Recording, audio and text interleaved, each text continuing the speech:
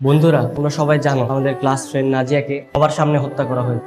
যতদিনে নাজিয়া হত্যার বিচার হচ্ছে আমরা কেউ ক্লাস করব না। আমরা স্কুলের সামনে বসবো, অনশন করব, প্রয়োজনে তীব্র আন্দোলন করব। আজ নাজিয়া মারা গেছে, কাল আমি মারা যাবো। আমরা কিভাবে মরতেই থাকবো? আমি আমার ভাই বন্ধুদের প্রত্যেকের জীবনের নিরাপত্তা চাই। তোমরাও চলো আমাদের সাথে। আমরা তো যেতে চাই না, আমরা গেলে আমাদের বাবা মা বক। সবাইকে যেতে হবে। আন্দোলনে না গিয়ে যদি কেউ ক্লাস করো তাহলে সবার খবর আছে। সবাই আসলে তোমার আসার দরকার নেই, তুমি থাকো।